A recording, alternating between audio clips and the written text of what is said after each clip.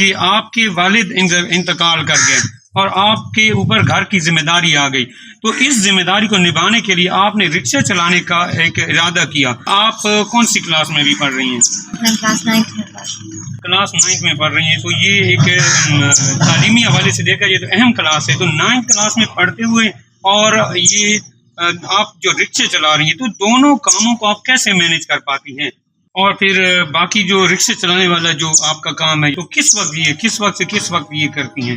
ہمارا پاکستان کا قانون آپ کو 18 سال سے کم عمر کے بچوں کو نہ مزدوری کرنے کی اجازت دیتا ہے اور نہ ہی لائسنس ایشو کرتا ہے، کیونکہ یہ عمر ان کے پڑھنے کی اور خوابوں کی تعمیر کرنے کی عمر ہوتی ہے۔ تو اس حوالے سے بتائیے گا کہ آپ کو قانونی یا سماجی مسائل کا سامنا کبھی کرنا پڑا؟ السلام علیکم ناظرین، میں ہوں ارشد بشیر اور آپ دیکھ رہے ہیں پڑھو میاں والی بڑھو میاں والی۔ ناظرین، آج میں آپ کے لیے ایک ایسی کہانی لے کر آیا ہوں جس کا سارا ماحول ایک ایسی بچی کے گرد گھومتا ہے کہ جو کہنے کو ایک چھوٹی سی بچی ہے، لیکن وہ ایک عزم و ہمت کا ایک مینار ہے، مستقل مزاجی اور ہمت کی ایک مثال ہے، جس نے اپنے والد کی وفات کے بعد گھر کے نظام کو چلانے کے لیے، گھر کے اخراجات کو چلانے کے لیے رکشہ چلانے کا ایک ارادہ کیا اور رکشہ چلا کر اپنے گھر کا نظام چلا رہی ہیں۔ بات کرتے ہیں ان سے۔ السلام علیکم۔ وعلیکم السلام۔ کیا نام ہے آپ کا؟ رفیہ بی۔ رفیہ بی بی۔ رفیہ، یہ بتائیے گا کہ آپ کے والد انتقال کر گئے اور آپ کے اوپر گھر کی ذمہ داری آ گئی، تو اس ذمہ داری کو نبھانے کے لیے آپ نے رکشہ چلانے کا ایک ارادہ کیا، تو یہ کیسا مشکل فیصلہ تھا، اس کے بارے میں بتائیے گا۔ جی، یہ مشکل فیصلہ تھا، لیکن میں نے ہمت سے کام لیا اور میں نے اپنے گھر کے سارے اخراجات کو پورے کرنے کے لیے اپنے بہن بھائیوں کی کفالت کی ذمہ داری خود اٹھانے کے ذمہ لیا ہے، اس لیے اپنا فیصلہ۔ جی، گھر کی ذمہ داری نبھانے کے لیے آپ نے یہ فیصلہ کیا، تو بتائیے گا کہ آپ کون سی کلاس میں بھی پڑھ رہی ہیں؟ میں کلاس 9 میں پڑھ رہی ہوں۔ کلاس 9 میں پڑھ رہی ہیں، تو یہ ایک تعلیمی حوالے سے دیکھا یہ تو اہم کلاس ہے۔ تو 9 کلاس میں پڑھتے ہوئے اور یہ آپ جو رکشے چلا رہی ہیں، تو دونوں کاموں کو آپ کیسے مینج کر پاتی ہیں؟ مینیج کرنا مشکل ہے، لیکن میں مینیج کرنے کی پوری کوشش کر رہی ہوں اور کر بھی رہی ہوں۔ صبح کے ٹائم اسکول ڈیوٹیز لے کے جاتی ہوں، شام کو جب واپس آتی ہوں تو اس کے بعد پھر میں اپنی پڑھائی پہ بھی پوری توجہ دے رہی ہوں، کیونکہ یہ بہت زیادہ اہم کلاس ہے اور میرے ابو کی خواہش تھی کہ میں اچھے نمبروں سے اس کلاس کو ون کروں۔ اور پھر باقی جو رکشے چلانے والا جو آپ کا کام ہے، تو کس وقت سے کس وقت یہ کرتی ہیں؟ میں صبح اسکول ڈیوٹیز لے کے جاتی ہوں اور ان کو واپس لے کے آتی ہوں۔ اس کے علاوہ اگر گھر کا کوئی کام ہو تو پھر رکشہ لے کے جاتی ہوں، میں نے ویسے میں رکشہ اتنا زیادہ نہیں چلاتی۔ جی، تو یہ بتائیے گا کہ آپ رکشے چلاتی ہو اور یہ جب آپ پڑھائی پہ بیٹھتی ہیں تو اس میں کوئی ایسا کوئی پریشانی تو نہیں ہوتی کہ ذہن سارے دن کا ادھر اور پھر ادھر؟ تھوڑی ہوتی تھی، لیکن اب میں کوشش کر رہی ہوں کہ بہتر کروں، کیونکہ 3 مہینے بعد ہمارے ایگزامز ہیں، ان کی بھی پوری تیاری کرنی ہے اور اچھے نمبر سے پاس کرنا ہے اس کلاس کو۔ ہمارا پاکستان کا قانون آپ کو 18 سال سے کم عمر کے بچوں کو نہ مزدوری کرنے کی اجازت دیتا ہے اور نہ ہی لائسنس ایشو کرتا ہے، کیونکہ یہ عمر ان کے پڑھنے کی اور خوابوں کی تعمیر کرنے کی عمر ہوتی ہے۔ تو اس حوالے سے بتائیے گا کہ آپ کو قانونی یا سماجی مسائل کا سامنا کبھی کرنا پڑا؟ جی، میں جانتی ہوں کہ 18 سال سے کم عمر ہونے کے باوجود میں رکشہ چلا رہی ہوں، تو یہ قانون کے خلاف ہے۔ میں قانون کی بہت زیادہ عزت بھی کرتی ہوں، میرے حالات میں میری عمر نہیں دیکھی، اس لیے میں یہ کام کرنے کے لیے مجبور ہوں تاکہ میری تعلیم بھی جاری رہے اور میرے گھر کی کفالت بھی اچھے طریقے سے ہو۔ اگر گورنمنٹ کو لگتا ہے کہ میں غلط ہوں تو ان کو چاہیے کہ وہ میری تعلیمی اخراجات بھی پورے کریں اور میرے گھر کی کفالت بھی کریں۔ اچھا، یہ بھی بتائیے گا کہ رکشہ چلاتے ہوئے آپ روڈ پر جب جاتی ہیں تو ان کا حفاظتی اقدامات آپ اپنے یا سواریوں کے کیا کرتی ہیں؟